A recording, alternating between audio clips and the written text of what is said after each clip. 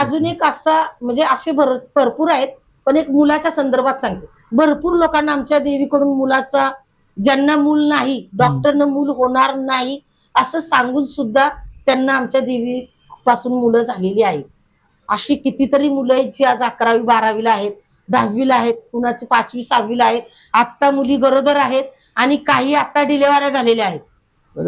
ज्यांचे व्हिडिओ मी इन्स्टावर टाकलेले पण आहेत. असं नाही. एक किस्सा असा होता त्याच्यामध्ये की शिवाजीनगरला हॉस्पिटल माहेर म्हणून आहे, तिथं त्या मुलीची ट्रीटमेंट चालू होती आणि डॉक्टरनं सांगितलं की तुला IVF केल्याशिवाय बाळ राहू शकत नाही.